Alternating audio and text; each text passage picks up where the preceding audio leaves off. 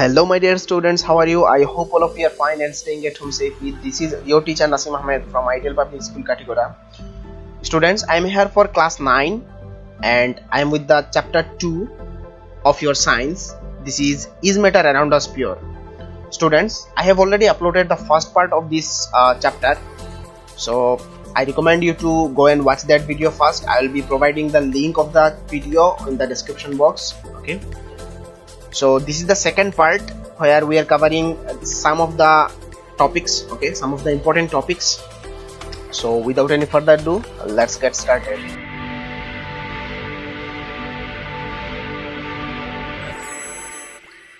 Students, as you can see, these are the topics that we will be covering in today's video. What is suspension, what are colloids or colloidal solution, then properties of colloids, then classification of colloids. Okay, so these topics are very much important, so I hope that you are watching this video with your intention to understand whatever I am explaining. If you are getting any kind of doubt, you know what you need to do. You can ask me anywhere. Okay, I am always there for you. So let's start with the first topic that we have is what is suspension. Students, in the previous video we have understood about mixture, and under mixture you have got homogeneous mixtures and heterogeneous mixture. So we have already understood the concept of homogeneous and the heterogeneous mixtures. So under homogeneous mixture you have got solutions, and that we have already discussed in the last video. And here we have under heterogeneous mixtures you have suspension and you have colloidal solution, or we can say colloids. So in this video we'll basically understand what is suspension and what is colloid, and that comes under heterogeneous picture. Okay. So the first question in front of us is what is suspension. A suspension is formed when two or more substances are mixed. Two or more substances are mixed in a non-uniform, this is very much important term here, non-uniform manner. So we know about heterogeneous mixtures. The particles of heterogeneous mixtures are non-uniformly placed or non-uniformly mixed. And in a mixture we know about, in a mixture you have two or more than two substances, isn't it? So heterogeneous mixtures are suspensions. You can see heterogeneous mixtures are suspensions.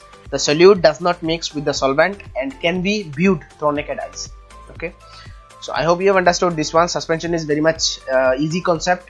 Here it is a heterogeneous mixture and the solutes are not uniformly mixed with the solvent. Okay, so this is the concept basically. And one more thing is solute does not mix with the solvent, as I have said, and can be viewed through naked eyes. Can be viewed through naked eyes. So this is different from the homogeneous mixture where the particles are not viewed through naked eyes. So let's understand the properties of suspension. So the first property is a suspension is a heterogeneous mixture. So we have already understood about it. We can see the particles of suspension through naked eyes. This one also we have understood already.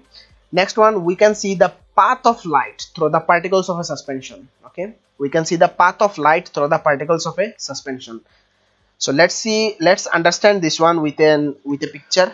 Students, see this picture. Here you have flashlight, okay, a torch or any kind of light. Okay, and this is the first one is a solution, this one is a colloid. We'll understand this in the later part of this video. And this one is the important thing here. This is suspension. Here you can see the particles are not mixed with the solvent. Basically the solutes are not mixed with the solvent, and the path of light, you can see here from this way the light is going, the light is passing, isn't it? So we can see the path of light through the suspension. Okay, through suspension we can see the path of light, and the particles are also visible through naked eyes. Okay, the next one we have is the particles of suspension tend to settle down when left undisturbed. Okay, this is the opposite, we can say, of the solution that we have already understood. The particles of suspension tend to settle down when left undisturbed.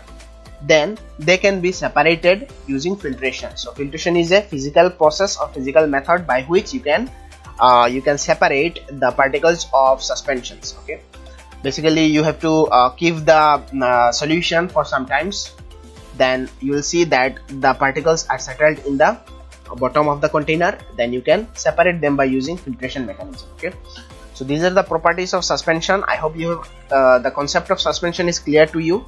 Let's understand what is colloid. Students, the next very important concept of yours is what are colloids or colloidal solutions. A colloidal solution or a colloid is a uniform solution, of two or more substances. The particles are relatively very small, that the solution appears as a homogeneous mixture, but it is not. So these colloids are almost equal to the solutions, but you can see they are not homogeneous mixtures. Okay, they appear to be homogeneous, but they are not homogeneous mixtures. The colloids are uniform solutions, as we have understood already that about solutions are what? Are uniform mixtures, we can say. So here colloids are also uniform solution of two or more substances, and the particles are relatively very small. Okay, they are almost equal to the solution, but this is not a homogeneous mixture, that is why they are colloids. Okay, they are colloids. So the difference is basically here is what? The solutions are homogeneous mixtures and the colloids are heterogeneous mixtures. So let's understand the properties of colloid. By this way the concept of colloid will be clear to you. First one is you have colloids are heterogeneous in nature. Okay, colloids are heterogeneous in nature. Next one, the particles of colloid cannot be seen through naked eyes. So this is almost similar to the solution. You can see in solutions you cannot see the particles of the solution through naked eyes. So here also in case of colloids you cannot see the particles through naked eyes. Next one, the particles scatter a beam of light pass through a colloid and produce Tyndall effect. So this is a new concept, Tyndall effect. We'll understand this in the later part of this video. So here you have the particles scatter a beam of light. In case of solutions we have seen that they cannot scatter light, that's why the path of light is not visible through solution. But in case of colloid, the light of the beam of light is visible through the colloids. Okay, so here you can see the flashlight. I have already told about suspension. So in solution you see there is no pathway of light is shown. Okay, here the light is coming. Okay, here the light is coming, and through solutions there is no visibility of the pathway of light. But in case of colloid you see they are almost like solution, but the beam of light is scattered by the colloid solution. That's why they are we know that they are heterogeneous in nature. That's why they are scattering the light, and the pathway of light, the beam of light is visible. Okay, next one we have is colloids are stable in nature. Colloids are stable in nature. The particles of colloid do not settle down if left uninterrupted. So as we have already known that the particles of suspensions are settling down after if you keep it for some times. Okay, undisturbed. In case of colloid this does not happen. If you leave the solution for uninterrupted for some times or undisturbed for some times, the particles do not settle down. Okay, they are stable. Okay, they are stable. And then next one we have is we cannot separate the particles of a colloid through filtration. Okay, we cannot separate them through filtration. This is a physical mechanism. We use a method called centrifugation to separate the particles of a colloid. So this is a mechanism where you do some other kind of machinery so that you can separate the particles of colloid. Okay, so I hope the concept of colloids and the concept of suspension is clear to you. If you are having any doubt, you know what you need to do. You can directly call me, you can message me, you can anyway you can contact with me. Okay, I am always there for you. Let's see what we have next. Students, the next concept is very much important for you. This is what is the Tyndall effect. What is the Tyndall effect? When a beam of light, important, when a beam of light is passed through a colloid, the particles of the colloid scatter the beam. The particles of the colloid scatter the beam of light, and we can see the path of light in the solution. So we have already seen in the last picture that the particles of colloid can scatter the light, okay, the beam of light, and the pathway of the light is visible. Okay, So when a beam of light is passed through a colloid, the particles of the colloid scatter the beam of light, and we can see the path of light in the solution. For example, when a ray of light enters a dark room, okay, in a dark room, you can see in the picture, in a dark room, when a ray of lights are entering in the room, so here there is a tiny hole, we can say this is a window, okay, very small window, and by this window the lights are coming, okay, inside, and the room is a dark room. Then what happens?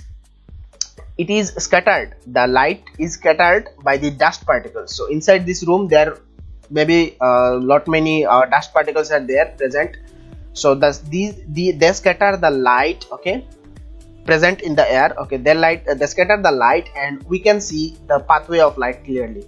You may also notice that this kind of activity in your home, okay, when the room is dark, okay, and from a very thin hole the ray of light is entering in your room, then you can see the pathway of room, because the dust particles inside your room are just randomly moving in the air, and they are scattering the light. By this way you can see the pathway of the beam of light, okay.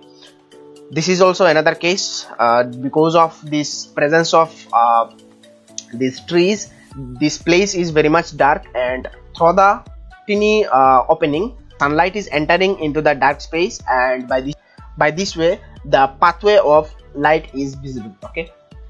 So this is what Tyndall effect is. I hope you have understood. This is very simple concept but very important for you students. Next we have is classification of colloid, and this is the last topic of this video.